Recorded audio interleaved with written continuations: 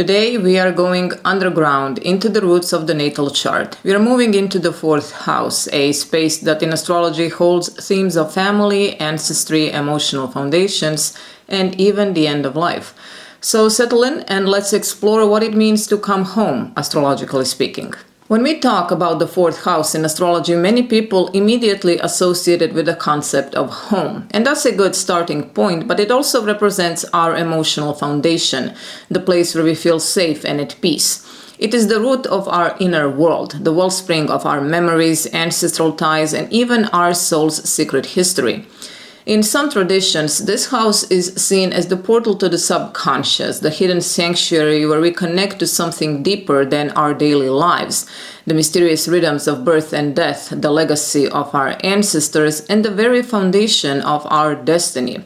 So one theme that gets overlooked is atavism, that idea of inherited traits or ancestral imprints that show up generation after generation. Some traditions associate fourth house with the mother, others with the father. This difference mainly comes down to cultural and philosophical context. In any form, this house is a foundational axis that holds the rest of the chart upright. In the Brihad Parashara Horashastra, a classical Sanskrit text, the fourth house is called Chaturth Bhava, Sukh Bhava or Bandhu Bhava, house of happiness. And it is associated with the mother, emotional contentment, vehicles, land, education, and fixed assets. Now Parashara writes that the fourth house governs fields, gardens, treasures, vehicles, learning, and the mother. So in this system, the fourth house becomes a symbol of both material and emotional grounding, our comforts, our learning, and our roots through the maternal line.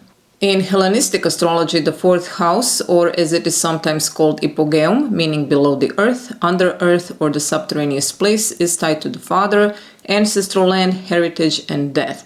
Novetius Valens describes it as the place of the foundations of life, dealing with real estate, family legacy, and the end of life. Now, this house is also traditionally ruled by the moon, which itself governs memory, emotional grounding, and familial bonds, making the fourth house a sort of container of the past, both personal and ancestral. This association with the moon is symbolic, not a traditional planetary rulership. In classical or modern systems, houses aren't ruled by planets directly. Planets rule signs, not houses. Still, Marcus Manilius, a Roman astrologer, author, and poet, in his poem Astronomica, describes the fourth house as the temple of Saturn. Medieval astrologers such as Sal ibn Bishir from the 9th century and Abu Mashar also emphasized the fourth house as a karmic house, governing inheritance, fixed property, and family reputation. In Abu Mashar's great introduction to astrology, he says that the fourth house is involved in the final outcome of the life, being the end of all things, and plays a role in determining burial, land ownership, and ancestral influence. In quadrant-based systems like Placidus, the cusp of the fourth house is marked by the Imum Celi or IC, Latin for lowest heaven. This is the point on the ecliptic that lies directly opposite the midheaven and represents the deepest, most private part of the chart. Again, it is where we come from, our roots. And because it is one of the angular houses, part of the cross of the first, fourth, seventh, and the 10th house, it is considered strong, active, and influential. So this isn't a passive place because it shapes how we feel, how we bond, and how we belong. So when someone has multiple planets here, it usually points to a strong connection to family or to some kind of deep inner world. There can also be a tendency towards asceticism or withdrawal, usually if malefic planets like Saturn are involved. Now, Saturn in the fourth may indicate a strict upbringing, emotional reserve, or responsibility for family matters. Medieval astrologers saw this placement as burdened but enduring, someone who doesn't just live their own life but also carries the karma or weight of the ancestors. If, for example, Uranus is in the fourth house, this can bring sudden changes in the home that could look like moving a lot, separation from family, or even rejecting traditional family structures entirely. But Uranus here can also show a cosmic awareness, someone who feels connected not just to their family of origin, but to something bigger, like humanity or a greater universal order. If the fourth house has no planets, it is not an inactive house. Now, every house in the chart is active through aspects, dispositors, and house rulers. So when analyzing the fourth house, it is important to study its ruler and how it connects to the rest of the chart. So for example, if the fourth house is connected to the second or third house, this shows possible financial gains from siblings, travel, communication, writing, or local trade. Also family that is involved in practical or intellectual skills. If connected to 5th or 12th house, this can indicate family secrets, hidden enemies, solitude, or a lineage involved in mystical or spiritual work. And sometimes it shows up in charts of people who come from a background of illness or even sacrifice. If connected to the 6th or the 11th house, this ties home life to service or community roles. The person may inherit responsibilities of caretaking, activism, or public service. If 4th house is connected to the 7th or 10th house, this is about public image, career, or marriage being influenced or shaped by family reputation or parental expectations. Now, this can also point to social legacy, someone who carries the family name into society, or it can mean living under certain expectations. And if connected with the 8th or 9th house, this indicates a strong link between ancestry and deeper knowledge, such as philosophy, religion, occultism, or inheritance. It may also involve ancestral trauma, interest in archaeology, or historical scholarship. Now let's explore how the fourth house expresses itself through each ascendant and see how these foundational themes play out. I'll also try to take into account the nature of the sign, the benefic or malefic quality of its ruler, and the effects during important planetary transits and dasha periods. These are time spans in one's life during which a specific planet holds power or control. For Aries ascendants, the fourth house falls in Cancer. It is ruled by the moon, natural benefic, a planet tied to emotion, memory, and comfort. Now, this usually creates a strong emotional bond with home and family, especially the mother or maternal figures. Now, the home becomes a place of safety and comfort, but also of emotional ups and downs. Now, since the moon changes quickly, these individuals may move around more often or experience shifting emotional moods tied to their past. Now, during moon dasha periods in Vedic astrology, that's the moon's planetary period, themes like nurturing, caregiving, or even moving house can come to the surface, along with some emotional highs and lows. And when planets like Saturn or Rahu transit Cancer, they can bring emotional weight or trigger family restructuring, things like changes in living situations or family roles. Now, because the moon rules this house, there is a constant inner search for emotional security. These people are introspective and emotionally sensitive, not self-absorbed, but reflective. More like they're on a personal journey, constantly learning and discovering new things about themselves. As the ruler of the fourth house and an angular lord, the moon's influence can swing both ways. When the moon is strong, it supports Aries rising's emotional growth and helps them create a nurturing environment. But when it's challenged in tougher phase or placement, it can stir restlessness, mood swings, or even emotional neglect. For Taurus ascendants, the fourth house falls in Leo and it is ruled by the sun. Now, this brings a strong sense of pride and identity tied to home and family. There may be a connection to a dominant parent figure or a family legacy, and the home usually reflects authority or prestige. Now, the sun, a mild malefic with a kingly nature, adds strength and leadership to domestic life, but can also bring power struggles or control issues. Now, during sun dashas, themes like property matters, taking charge at home, or redefining family roles can emerge. Solar eclipses in the fourth house can trigger sudden shifts in family dynamics, disruptive at first, but ultimately transformative.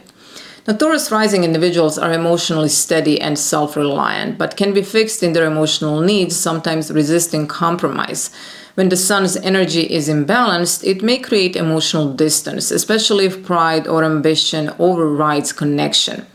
At its best, this supports a self-led, purposeful life rooted in tradition and personal growth. Now, as the fourth house ruler, the sun's results depend on its placement and aspects, showing whether one's pursuit of happiness leans towards selfish ambition or a more dharmic path. For Gemini ascendants, the fourth house is in Virgo, ruled by Mercury, so home tends to be a place of order, routine, and mental activity. Now, these people find emotional security through structure, cleanliness, or intellectual stimulation. Now, because of Mercury, it is not uncommon for them to move more than once. That mental restlessness of Mercury can translate into physical movement. Now, Mercury here is a natural benefic, bringing ease but also curiosity. There may be a friendly though distant connection with the mother or maternal figures. Now, since Mercury rules both the first and the fourth house, Mercury acts as a temporal benefic. So these individuals are naturally introspective, able to observe their emotions with logic and self-awareness. But when Mercury is under pressure in the chart, it can lead to nervous energy or anxiety, which may affect both their mood and physical health. Now, during Mercury Dasha, there may be real estate decisions, moving for study or work, or more frequent communication with family. Mercury retrogrades can bring delays or misunderstandings at home, especially around logistics or emotional clarity. And because Mercury rules both identity and one's inner world, the home environment plays a big role in one's sense of mental peace. Overall, Mercury gives these people adaptability, cleverness, and the ability to organize both their outer space and inner life, making emotional well-being something they can think through and manage, not just feel through. For Cancer ascendants, the fourth house falls in Libra. It is ruled by Venus, so home needs to be peaceful, beautiful, and emotionally balanced. Now, these individuals crave harmony in their domestic life and may go out of their way to keep the peace, sometimes at the cost of their own emotional needs. Emotional security comes through pleasing surroundings and stable, graceful relationships at home. But when the balance is off, they may become emotionally dependent or overly sensitive to conflict. Now, during Venus Dasha, themes like decorating, buying property, or enjoying quality time with family usually occur. Venus is a natural benefic, but if Venus is afflicted, especially by transit, it can stir up issues like emotional imbalance or tension in close relationships. Now, Venus also rules the 11th house for Cancer rising, so it acts as a temporal malefic, tying their emotional well-being to friendships, status, and social pleasures. While this can give charm and grace, it also means they may sometimes chase external comforts in search of inner peace. Overall, Venus here brings warmth, friendly charm, and a desire for beauty and connection, especially in the spaces and relationships that feel like home. For Leo ascendants, the fourth house falls in Scorpio and it is ruled by Mars, so home life tends to carry emotional intensity, secrecy, or power control. Early family experiences may have felt unstable, with some psychological complexities in the family dynamic running beneath the surface. But there's also a strong potential for transformation, especially around family karma, which is usually linked to the paternal line. Now, during Mars Dasha, themes like property changes, renovations, or even ancestral disputes may come up. And when Ketu transits Scorpio, hidden emotional or family issues can rise to the surface. Now, Mars rules both the 4th and the 9th house here, an angle and a trine, making it a yoga karaka. So Mars becomes a positive and powerful planet for Leo risings. It brings inner strength rooted in personal beliefs, higher wisdom, and a commitment to protect what matters most. Now, that said, Mars is still a natural malefic, so this strength usually comes through challenge and their fortune comes through their own effort and determination. It can also bring the potential for conflicts, especially when it comes to standing firm on their beliefs and ideals. At its best, Mars helps Leo rising individuals channel emotional intensity into growth, purpose, and transformation, especially within the home and heart. For Virgo ascendants, the 4th house is in Sagittarius, ruled by Jupiter, so home becomes a place of learning, growth, and belief. There can be a spiritual or philosophical atmosphere in the household, and emotional security tends to come through wisdom, education, or cultural values passed down through the family. The home may feel spacious, both physically and emotionally, a place to explore ideas or stay connected to a higher purpose. Now, during Jupiter Dasha, one might see property expansion, blessings from elders, or a deeper sense of emotional support. Jupiter transits here usually bring growth in the home, or maybe something more tangible, like a new space or vehicle. Now, Jupiter also rules the 7th house, linking emotional well-being with relationships. For Virgo risings, that can show up as a strong inner compass, a kind of moral clarity that helps them say yes to the right people and no to what doesn't serve them. These are people who find happiness through being genuinely useful to others, not out of obligation, but out of values. Now, since Jupiter rules 2 angles, it is neutral in terms of timing, meaning its true impact depends on other influences in the chart. And these will reveal whether Virgo rising's efforts in relationships and happiness are more self-focused or guided by a higher purpose. but these people find joy when their hearts and minds are working together in harmony. For Libra ascendants, the 4th house is in Capricorn, ruled by Saturn, so home life may feel structured, traditional, or burdened with responsibility. There may have been emotional distance growing up or a strong pressure to live up to family expectations. But over time, this placement can bring emotional stability, discipline, and the ability to build something lasting. Saturn's influence here usually means success comes slowly, especially around property, real estate, or emotional fulfillment. During Saturn Dasha, themes like delayed home ownership, caring for elders, or working through family karma tend to arise. And during a Saturn return in the 4th house, major restructuring at home is likely. Now, Saturn also rules the 5th house, making it a Yoga Karaka, so Saturn becomes a highly beneficial planet for Libra risings. It gives them patience, practical intelligence, and emotional maturity that's earned through life experience. Now, these individuals learn best by making mistakes and then using that wisdom to build a calm and steady inner life. Over time, Saturn helps them connect 4th house emotional depth with the 5th house thoughtful expression, leading to real balance. Now, Saturn is a natural malefic, and while it can create some emotional distance, it also gives quiet strength, so humility, dignity, and the potential for true leadership, especially when these align with long-term goals and inner truth. For Scorpio ascendants, the 4th house is in Aquarius, traditionally ruled by Saturn, but also influenced by Uranus in modern times. Now, this brings a unique, sometimes detached energy to home life. There can be a feeling of being different from one's family or upbringing, or choosing a more unconventional path later in life. Home might reflect strong collective values, a focus on science or humanitarian ideals, which can be tied to family traditions. Now, Saturn here can bring tough lessons, emotional distance, or a cool atmosphere. During Saturn Dasha, one might experience long-distance moves, a strong sense of family duty, or even feelings of estrangement.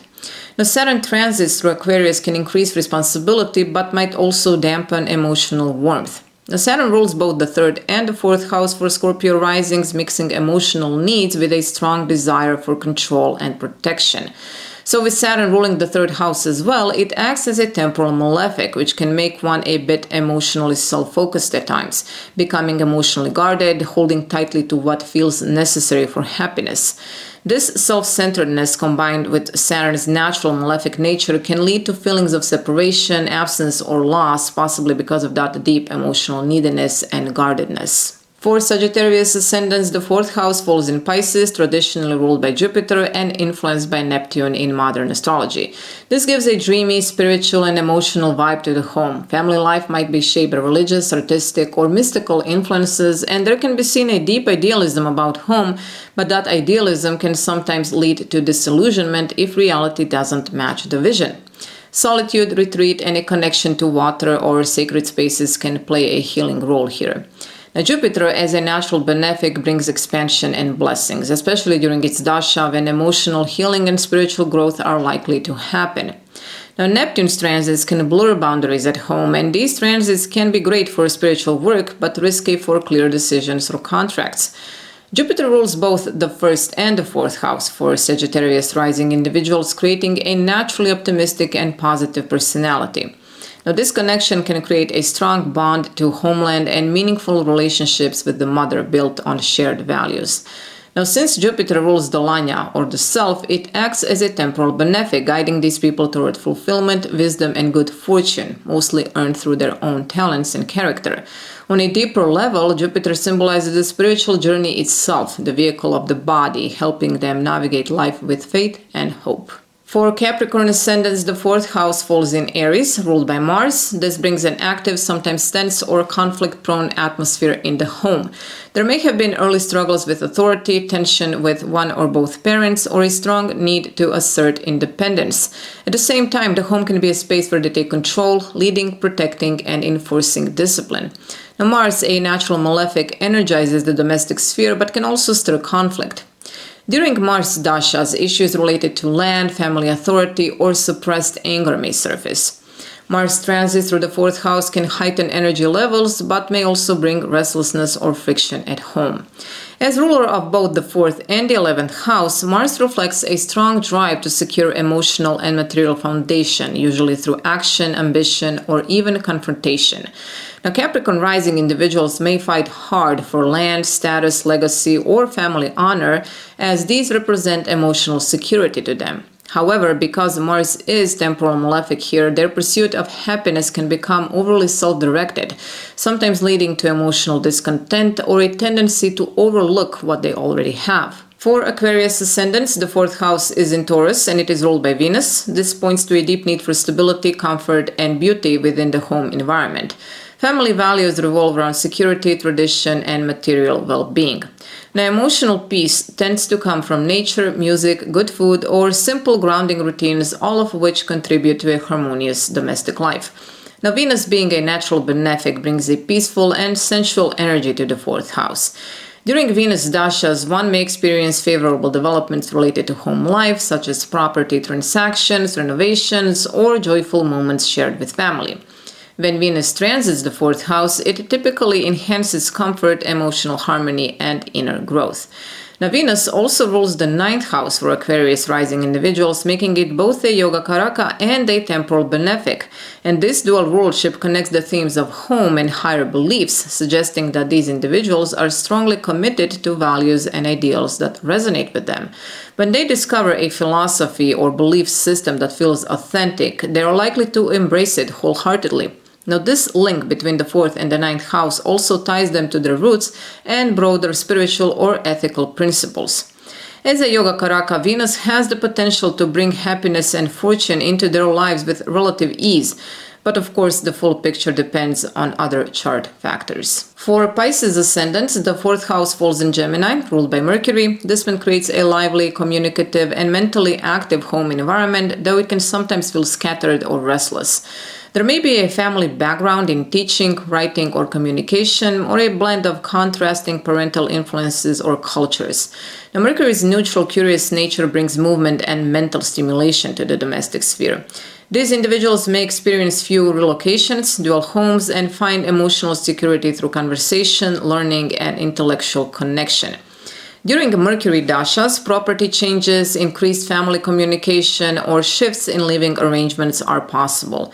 Mercury retrogrades, however, may bring delays or confusion around contracts and moves. Now, since Mercury rules both the 4th and the 7th house, it emphasizes the emotional fulfillment these individuals find through relationships and shared dialogue. This dual rulership supports practical emotional awareness and helps cultivate both verbal and emotional intimacy with loved ones. Now, Mercury is also linked to practices like breathwork and mental focus, which can bring a sense of grounding. As ruler of 2 angular houses, Mercury acts as a temporal neutral, so its influence is shaped largely by its condition in the chart. Depending on aspects and placement, it may lead to more self-focused tendencies or support balanced communicative relationships and a flexible path to emotional fulfillment. Looking at the houses, like today's focus on the 4th house through ascendants, this can help to understand where we come from and the emotional or family foundations we're built on. And even though it's not always obvious, this house does show how we find comfort, where we go to recharge, and what kind of legacy we may one day leave behind. It's all about that deeper sense of home, the place where we feel grounded and whole. Thank you for joining me in exploring the 4th house. Maybe something in today's video has sparked a new way of thinking about your roots, your home, or the invisible influences that shape who we are. Remember, every chart starts somewhere. It has a beginning, a home, and a hidden root. The 4th house is where the story starts, and sometimes where it circles back to close. If you have any thoughts or questions, please share them in the comment section below. Thank you again for watching, and until next week, keep looking up and looking within. Bye!